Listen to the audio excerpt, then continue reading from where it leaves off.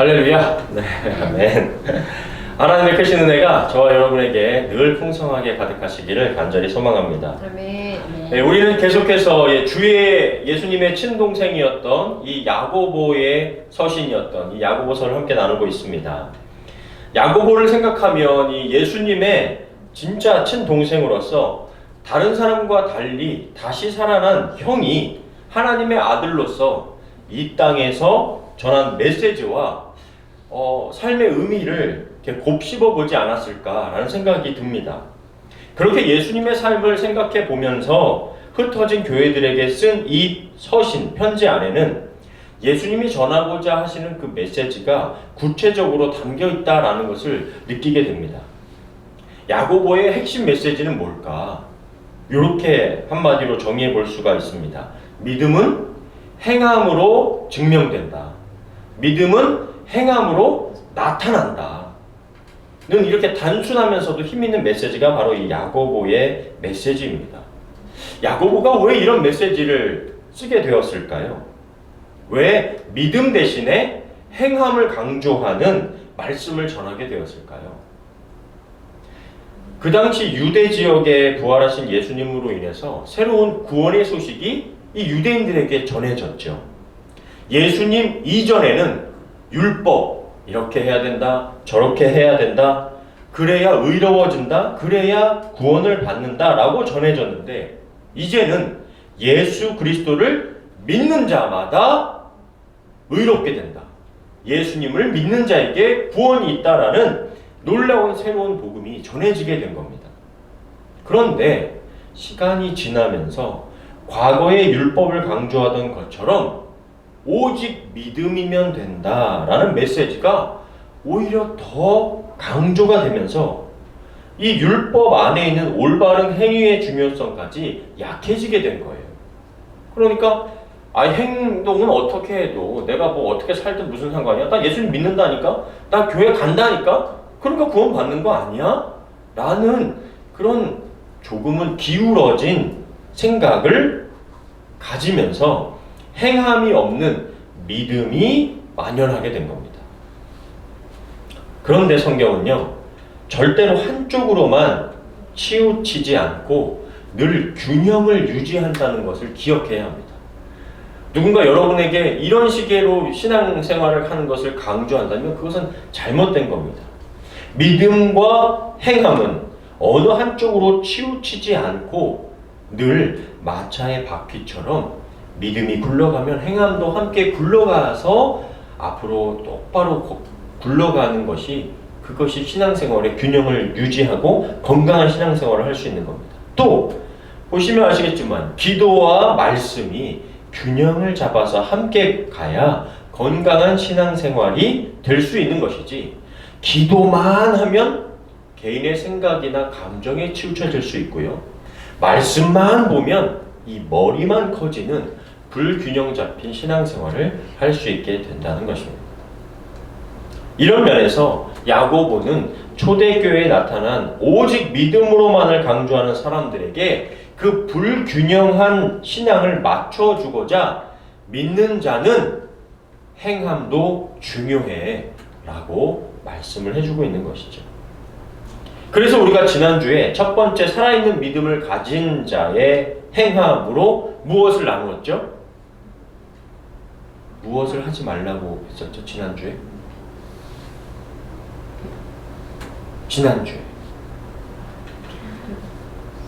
교회 안에 옷을 화려하게 입고 오는 사람과 이렇게 누더기를 걸치고 오는 사람을 향해서 어떻게 하지 말?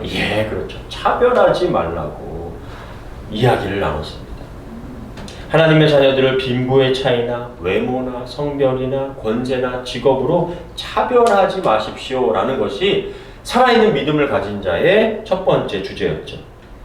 오늘 함께 나눌 두 번째 살아있는 믿음을 가진 자의 행함은 혀를 길들이라는 겁니다. 좀 더 구체적으로 혀에 재갈을 물리래요. 한국 속담에도요, 이 말에 대한 중요성을 강조하는 내용이 참 많죠. 혹시 어떤 것들이 있죠? 한국 속담에 이 말에 대한 거. 발 없는 말이 천리다. 예. 발 없는 말이 천리 간다. 또 뭐가 있을까요? 난 말은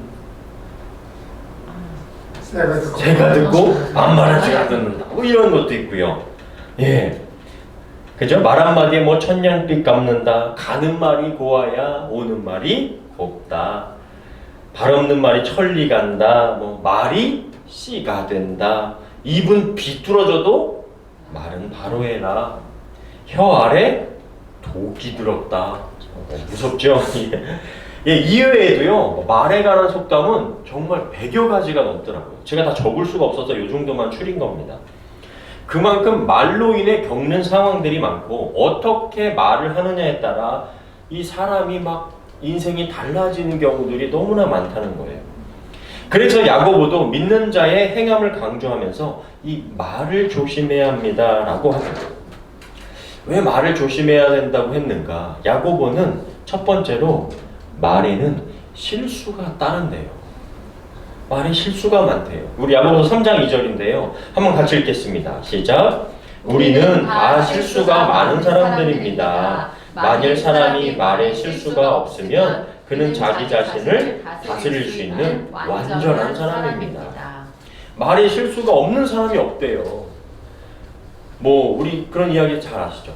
다친 사람이 누가 뭐 예를 들어 태주가 다쳤어요. 태주가 다쳤대. 태주가 다쳤대. 어디가 다쳤대? 크게 다쳤대. 어디가 다쳤대? 몰라, 많이 아프대요. 그러다 보면 며칠 지나면 어떻게 돼요? 태주는 죽은 사람이 되죠.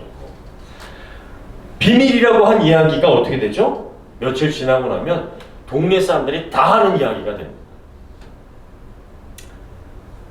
그런 일이 있었죠. 저희 어머니가 워낙 기도하고 이렇게 교회에다가 감사원금을 잘 적어서 내시는 분이잖아요. 제가 군대 갔을 때 치질이 걸려가지고 치질로 수술을 받았었습니다. 예.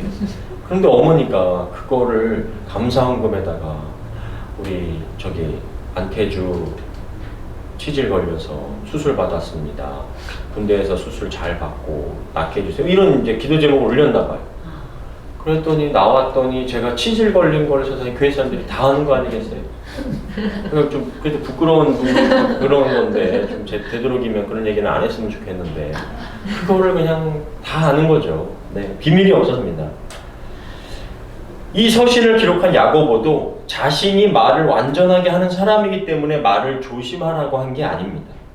뭐 요 앞에서 말씀을 전하는 저도 제가 완전한 사람이기 때문에 이렇게 하나님 말씀을 전하는 게 아니라 부족하지만 맡겨주신 것이기 때문에 감사함으로 전하는 것이죠. 이 세상에 완전하고 완벽한 사람은 없다는 거예요. 뭐에 대해서? 말에 대해서. 야고보도 그 사실을 인정합니다. 또 1절에는 이렇게 얘기합니다. 형제 여러분, 너도 나도 선생 되겠다고 하지 마십시오. 여러분도 다 아는 일이지만 선생된 우리가 더 큰 심판을 받을 것입니다. 말을 많이 하는 자리일수록 책임이 큰 자리라는 거죠. 그래서 말에 대한 책임이 크기 때문에 더 큰 심판이 따른다라고 말씀하고 있는 겁니다. 우리 여러분 다 잘 아시잖아요. 한국의 대통령 자리가 얼마나 책임이 큰 자리입니까? 뭐 얼마 전에 대파 한 단에 850원 뭐 합리적이라는 가격이라고 했다가 사람들이 서민의 물가를 모르는 대통령이다 이러면서 막 많은 문매를 맞았잖아요. 서민들도 대파 한 단 가격 잘 모를 수 있죠. 근데 대통령의 자리가 그만큼 책임이 큰 자리이기 때문에 더 큰 비판을 받게 된 것입니다. 말에 실수가 없는 완전한 사람이 있을까요? 자신이 가르친 말에 실수가 없을지 모르지만 본인이 하신 말로 인해 결국 자신의 생명까지 내어주신 분이 있습니다. 누굴까요? 말씀을 가르치면서 그 가르침에는 흠이 없었는데 본인이 하신 말로 인해서 사람들이 미움을 받았어요. 결국 십자가까지 가신 분이 있죠. 예수님입니다. 여러분들이 생각하시기에 예수님은 말을 잘하는 분이셨나요? 못하는 분이셨나요? 잘하신 분이죠. 말씀을 정말 기가 막히게 잘하시는 분이에요. 세상을 창조하신 지혜와 지식이 가득한 분인데 누가 말로 상대해서 예수님을 이길 수 있었겠어요? 성경을 보면 예수님을 말로써 시험에 빠뜨리려고 공경에 처하게 하려고 본래 주장하던 바가 다르던 종교 지도자들이 힘을 합친 적도 있었어요. 그렇지만 예수님의 말씀 앞에서 그들도 고개를 숙일 수밖에 없었습니다. 그런데 예수님께서 대제사장들과 서기관들, 특별히 그 시대에 이 유대 지역의 지도자로 와 있던 이 로마인이었던 빌라도 앞에서 재판 받으실 때는 이상하리만큼 말씀을 한마디도 안 하셨어요. 재판 받는 저렇게 장면을 누군가 이렇게 화가가 그림을 아주 멋있게 그렸는데요. 마가복음 15장 3절부터 5절입니다. 마가복음 15장 3절부터 5절인데요. 대제사장들이 여러 가지로 고발하는지라 빌라도가 또 물어 이르되 아무 대답도 없느냐? 그들이 얼마나 많은 것으로 너를 고발하는지 보라. 예수님께 말하는 거예요. 그러자 예수께서 다시 아무 말씀으로도 대답하지 아니하시니 빌라도가 놀랍게 여기더라. 거짓 증인들까지 대동해서 말도 안 되는 고발을 하는 그들에게 주님은 스스로 변호하실 수 있는 분이잖아요. 근데 어떻게 한마디도 하지 않으셨을까요? 오죽하면 자신을 살리고 죽일 수 있는, 살리기도 하고 죽일 수도 있는 그 권한이 있는 빌라도조차 놀랍게 여기는 거예요. 아니 왜 이렇게 아무 말도 안 할까? 여러분, 자신이 죄를 지은 사람도 어떻게든 살아보려고 거짓말을 하든 심신미약이라고 하든 정 안 되면 어떻게든 형량을 줄여보려고 애를 쓰는 거죠. 잘못했습니다. 제가 정말 그때 술을 마시지 말았어야 되는데 제가요 마음이 약해요 이러면서 제가 너무 화를 나게 했어요. 제가 그동안 여러 가지 지은 죄가 없어요. 그래서 우발적으로 갑자기 욱하는 바람에 그런 일이 저질러진 겁니다. 나는 아니에요. 난 잘못한 게 없어요. 하면서 변호를 하는 거잖아요. 어떤 사람은 돈을 들여서 비싼 변호사를 사거나 항변하는 것이 보통인데 자신을 향해서 고발하는 것에 대해서 지금 한 말씀도 하지 않으셨다는 거예요. 왜 그랬죠? 상식적으로 이해가 되지 않는 모습이잖아요. 그런데 여러분, 혹시 주님께서 이 로마의 군인들에게 잡히시던 전날 밤 겟세마네 동산에서 하셨던 기도의 내용 기억나시나요? 너무나 유명하잖아요. 마태복음 26장 39절. 좀 나아가사 얼굴을 땅에 대시고 엎드려 기도하여 이르시되 내 아버지여, 만일 할만하시거든 이 잔을 내게서 지나가게 하옵소서.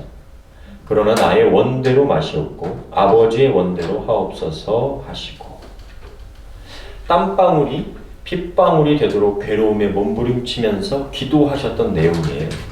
그 내용이 뭐죠? 그 기도의 중심이 뭐예요 지금? 아버지, 할 수 있으면, 될 수만 있다면 십자가 지는 거 좀 피하게 해주십시오. 십자가의 무게가 너무나 무겁습니다. 이 고난의 잔을 내게서 좀 거두어 주십시오 라고 기도하신 거죠. 인간의 몸을 입고 오셨기 때문에 십자가를 지는 것 자체가 너무 무서웠고 부담되었고 피하고 싶은 심정이 그대로 드러나 있습니다. 만약 이 마음 그대로 빌라도와 대제사장들 앞에 섰다면 어떻게 됐을까요? 그렇죠. 예수님도 살고 싶으셔서 변호하고 싶으셨을 거예요. 말하고 싶으시고 항변하고 싶으셨을 거예요. 세상 모든 지혜를 동원해서 이런 사람들의 자신을 향해 거짓 증언들 하고 고발하고 있는 거를 다 무찌를 수 있었을 거예요. 입을 열어 하나님의 아들 되심을 증명하셨거나 반대로 자신을 변호하셨다면, 하늘의 지혜로 책망하셨다면 십자가 지는 거 피할 수도 있었기 때문에 주님은 자신의 입에 재갈을 물려 아무 말씀도 하지 않으셨구나 라는 마음이 들었습니다. 3장 2절 말씀. 우리는 다 실수가 많은 사람들입니다. 만일 사람이 말에 실수가 없으면 그는 자기 자신을 다스릴 수 있는 완전한 사람입니다. 우리 다 말에 실수하는 사람들이래요. 인간의 몸을 입고 오신 주님도 실수하는 가능성을 차단하기 위해서 그래서 입을 열지 않으시고 입을 닫아버리셨죠. 다시 말해서 말에 실수 없이 자신을 다스리신 완전하신 분은 예수님밖에 없으신 거예요. 야고보는 우리가 단순히 말에 실수가 있으니 조심해야 한다는 차원으로 말 조심하세요 라고 가볍게 권면한 것이 아니었어요. 왜냐하면 이 말씀에 이어서 우리가 가진 혀의 위력이 얼마나 대단한 것인지 말씀하고 있습니다. 세 가지의 예를 드는데, 첫째는 말의 입에 재갈을 물린다. 보시는 것처럼 이 말, 달리는 말의 입에 금속 막대를 물려서 자기 마음대로 움직이려고 하는 것을 사람에게 순종할 수 있는 도구가 바로 재갈이에요. 재갈을 물린다는 거죠. 사람보다 크고 힘도 좋고 무거운 말일지라도 그 입에 물려진 재갈에 의해서 말을 이리저리 끌고 다니는 거예요. 이것은 무엇을 말하는 거죠? 우리가 내가 한 말로 인해서, 혀로 인해서 나의 행동과 내 삶이 제약을 받을 수도 있다는 것을 말씀하는 거예요. 말로 인해서 내 인격이 드러나고 내 성품이 드러나고 치르지 말아야 하는 대가를 내 말 때문에 치르게 되는 거잖아요. 여러분, 요즘 SNS에 달리는 리뷰의 댓글에 의해서 사람의 인생이 막 왔다 갔다 하는 거 아시잖아요. 연예인들도 막 악플에 시달려서 고소를 하고 막 재판에까지 가기도 하고 하잖아요. 우리 오트리 레스토랑도 그렇지만 리뷰 다는 것 때문에 얼마나 신경 쓰여요. 네. 여기 아시는 분들 계시지만 예전에 그 악플 달린 것 때문에 가게 문 닫는 경우도 있고요. 제대로 된 정보가 아님에도 이랬더라 저랬더라 하는 말로 인해서 가정이 막 무너지기도 하고, 연예인들은 사람의 목숨을 자기 스스로 끊는 경우도 있잖아요. 그래서 두 번째로 야고보가 뭐라고 얘기하냐면요, 이 혀를 배를 조종하는 키와 같다, 그리고 불과 같다고 말해요. 야고보서 3장 4절에 배를 보십시오. 그렇게 큰 배가 강풍에 밀려 다녀도 항해 사는 아주 작은 키 하나로 그 배를 마음대로 조종합니다.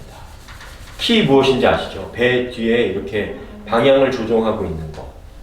그거 하나로 풍랑이 있는 곳에서도 그 조종 키로 배를 조종합니다. 그걸 혀로 비유한 거예요. 야고보서 3장 5절. 이와 같이 사람의 혀도 몸의 작은 부분에 불과하지만 그것을 잘못 사용하면 큰 손해를 가져옵니다. 작은 불씨가 큰 숲을 태우지 않습니까? 우리가 캐나다에 계시면 산불이 얼마나 무서운지 잘 아실 거예요. 작년에도 캐나다에 난 산불로 인해서 한국의 그 서울시와 시흥시 면적이 다 타버렸대요. 너무 건조해서 자연 발화가 된 것도 있지만 담뱃불이나 캠핑을 하면서 그 작은 불씨가 풀이나 나무에 붙어서 온 숲과 산을 다 태우는 것처럼 우리의 혀의 위력이 그렇게 위험할 수도 있다는 겁니다. 여러분 한번 생각해 보세요. 사람 손에 있던 작은 불씨가 수십 년, 수백 년 된 숲을 모조리 태워버린 것이죠. 그렇게 오랜 시간 정성 들여 키워지고 자란 숲과 동물들이 한순간 몇 시간 만에 다 타버립니다. 우리의 말도 마찬가지예요. 셋치 혀밖에 되지 않는 혀로 인해서 수십 년 쌓아온 관계를 한순간에 무너뜨리기도 합니다. 오랜 시간 쌓여진 관계가 무너지는데 수십 년 걸리는 게 아니에요. 그럼 조금 구체적으로 우리가 어떤 말들을 조심해야 할까요? 어떤 말을 조심하라고 야고보 사도는 말하고 있는 걸까요? 어떤 말로 인해서 이 공동체를 흔들고 깨어지게 할까요? 야고보서 전체에 몇 가지를 가르쳐 주는데요. 첫 번째는요, 비방하지 말래요. 야고보서 4장 11절입니다. 형제들아, 서로 비방하지 말라. 형제를 비방하는 자나 형제를 판단하는 자는 곧 율법을 비방하고 율법을 판단하는 것이라. 내가 만일 율법을 판단하면 율법의 준행자가 아니요 재판관이로다. 현대인의 성경에서는 서로 헐뜯지 마십시오 라고 말해요. 우리 말 속에 똥 묻은 개가 뭐 묻은 게? 겨 묻은 게 나무란다라는 말이 있어요. 더러운 똥이 묻었는데 그 바람에 날린 겨 조금 묻었다. 쟤 겨 묻은 거 봐. 자기는 똥이 더럽게 묻었는데. 그런 게 우리 모습이잖아요. 성경에는 뭐라고 얘기하냐면요. 형제의 눈 속에 있는 티, 먼지는 보고 내 눈 속에 있는 들보, 기둥은 깨닫지 못하느냐라고 말해요. 우리는 너무 쉽게 나와 다른 것을 틀린 것이라고 지적하길 좋아하죠. 다른 사람 욕하고 다른 사람 이야기하는 거 아주 재밌어 합니다. 별로 남는 것도 없는데 그렇게 다른 사람 이야기에 관심이 많습니다. 그래서 뭐가 되려고 한다고요? 재판관이 되려고 한대요. 그런데 그런 판단으로 내가 판단받고 있다는 것을 우리가 기억하면서 서로 헐뜯고 비방하지 말라고 합니다. 그 비방하는 것이 결국 부메랑이 되어서 나에게 돌아온다는 것을 기억하시기를 바랍니다. 두 번째는요. 서로 원망하지 말래요. 형제들아 서로 원망하지 말라. 비방과 원망은 다른 것 같지만 뿌리가 같습니다. 비방하는 건요. 남을 비웃고 헐뜯는 것이라면 원망은 남 탓을 하고 불평을 품고 미워하는 거예요. 결국 이 두 가지 모두가요. 분열을 일으키는 거예요. 가정 안에서 남편을 원망하고 자녀를 원망하고 아내를 원망하는 것 그렇게 되면 어떻게 되죠? 가정이 분열돼요. 너 때문이잖아. 네가 잘못했잖아. 어이구 너 때문에. 어이구 누구 때문에. 결국에 가정이 금이 갑니다. 교회 안에서 원망하는 것, 비방하는 것 모두 분열을 일으킵니다. 그리스도인 공동체가 예수 그리스도로 하나 되는 것을 가장 싫어하는 사탄이 자주 이용하는 게 바로 이 원망과 비방이에요. 교회가 분열되는 것의 시작이 원망입니다. 그리고 비방에서 시작됩니다. 그러면 아무리 오래된 교회 공동체도 한순간에 다 타버리는 숲처럼 쉽게 무너지더라고요. 출애굽하던 이스라엘 백성들의 1세대가 가나안에 들어갈 수 없었던 가장 큰 이유 중에 이유는 그들이 모세인 지도자를 비방하고 하나님을 원망했기 때문이에요. 구약 성경에 보면 그 내용이 너무 많아서 다 찾아보기도 힘들 정도예요. 목이 마르다 원망하고 지도자 아론과 모세를 향해서 야 니들만 지도자냐? 야 그렇게밖에 못하냐? 손가락질하고요. 장막에 숨어서 원망하고 왜 우리를 애굽에서 이끌고 나왔냐고 원망합니다. 하나님께서요 오죽하면 참다가 모세야 내가 얘네들 안 되겠다. 그냥 내가 이 사막에서 다 죽이고 모세 너로 다시 이 이스라엘 백성을 시작하겠다. 그렇게까지 하나님이 화를 내실 정도였어요. 모세가 하나님을 말리는 장면이 나와요. 성경 보다 보면 그런 경우가 거의 없거든요. 사람이 하나님을 하나님 지금 너무 화가 많이 나셨어요 하는 장면이 모세가 하나님을 하나님 그러면 다른 민족이 하나님 이스라엘 백성을 애굽에서 꺼내오셨는데 그 백성을 사막에서 다 죽이셨다고 하면 어떡해요? 하나님 참으세요 라고 하는 장면이 나올 정도입니다. 잠언에 이런 말씀이 있습니다. 한번 같이 읽어볼까요? 시작. 사람이 미련함으로 자기 길을 굽게 하고 마음으로 여호와를 원망하느니라. 자신의 미련함 때문인지 벌어진 일인지도 모르고 하나님을 탓하는 게 인간이래요. 마치 비방하고 원망할 대상을 찾아다니는 것이 자신의 사명인 것처럼 살아가는 사람들이 있어요. 그때 우리가 해야 할 것이 우리 입에 재갈을 물리는 겁니다. 예수님께서 자신의 입에 침묵의 재갈을 물리셨듯이 내가 내 가정을 지키고 주님의 공동체를 지켜야 하는 그런 마음을 가지고 있다면 우리에게 이 침묵의 재갈, 하나님 앞에 내가 순종할 수 있는, 하나님께 내가 끌려가는 그 침묵의 재갈을 우리가 물어야 할 줄 믿습니다. 야고보서 1장 26절 누구든지 스스로 경건하다 생각하며 자기 혀를 재갈 물리지 아니하고 자기 마음을 속이면 이 사람의 경건은 헛것이라. 예수님께서도 자신의 혀에 재갈을 물려 하나님 말씀에 순종하듯이 우리의 혀에 재갈을 물려 우리 내 자신을 길들이고 혀를 길들여야 할 것입니다. 말씀을 정리하면서 우리가 혀를 길들이고 다스린다는 것 결국 무엇을 훈련하는 것일까요? 우리의 말은 어디에서부터 나오죠? 우리 마음에서부터 나옵니다. 주님이 이런 말씀하셨어요. 입으로 들어가는 모든 것은 배로 들어가서 뒤로 버려진다. 그런데 입에서 나오는 것들은 마음에서 나오나니 이것이야말로 사람을 더럽게 하느니라. 우리 배설물이 우리를 더럽게 하는 게 아니라요. 우리 마음에서 나오는 악한 생각들, 그것이 입을 통해서 나오는 것, 그것이 사람을 더럽게 한다는 거예요. 말에서 악한 말이 나오는 것은 그 사람의 마음에 악한 것이 있기 때문이래요. 누군가에게 상처 주는 말, 찌르는 말이 나오는 것은 그 사람에게 상처가 있고 마음에 칼과 창이 있기 때문이라는 겁니다. 여러분, 고난의 대명사 하면 누구죠? 욥이 하루아침에 자녀들을 잃고 재산을 다 잃어버려요.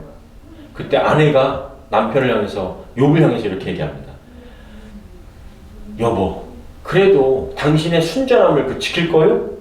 하나님을 욕하고 죽어버려요 그냥 라고 했을 때 욥은 하나님을 원망하지 않았습니다. 자신의 출생을 한탄할지언정 아이고 내가 어쩌다 이렇게 태어나갖고 이 고생을 하냐 이렇게 말했을지언정 하나님을 욕하지 않았대요. 욥기 1장 22절 이 모든 일에 욥이 범죄하지 아니하고 하나님을 향하여 원망하지 아니하니라. 그의 마음에 무엇이 있었기 때문일까요? 하나님을 사랑하고 경외하는 마음이 가득했기 때문입니다. 그런데 여러분, 우리가 이런 마음, 우리 스스로가 혀를 이렇게 길들일 수 있을까요? 혀의 근원인 마음인 우리가 이것을 길들이고 잘 조종할 수 있을까요? 다른 종교에서도요, 이와 비슷한 말을 해요. 당신의 마음을 다스리십시오. 집착을 내려놓으시고요. 번뇌에서 벗어나십시오. 그게 그렇게 마음대로 되냐고요. 우리 마음에서 욕심과 욕망을 내 힘으로 내려놓을 수 있을까요? 야고보가 이렇게 얘기해요.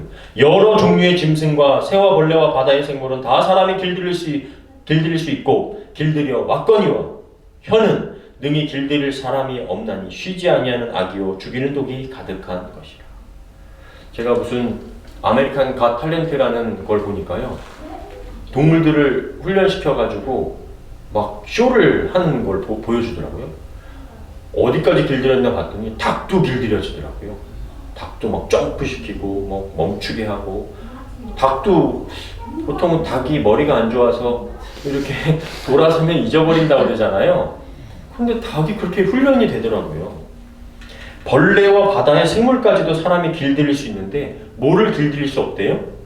혀가 능히 길들일 수가 없대요. 왜요? 우리 마음이 길들여지지 않기 때문에 그래요. 한마디로 인간의 힘으로 우리 마음을 길들일 수 있는 게 아니래요. 내 맘대로 하고 싶어 하는 거잖아요. 우리의 지혜나 지식으로 되는 것이 아니라 오직 우리 마음을 지으신 하나님 위로부터 난 지혜를 통해 우리가 새롭게 되어야 된다고 말씀합니다.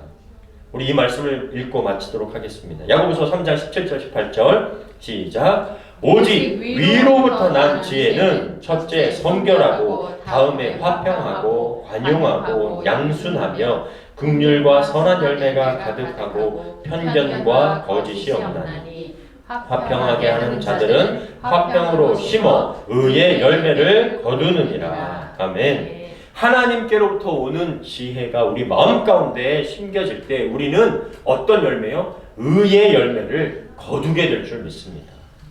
사람이 여러 가지 공부하면 달라지잖아요. 여러 가지 경험하면 달라지죠. 환경 달라지면 가치관이 변화될 수 있어요.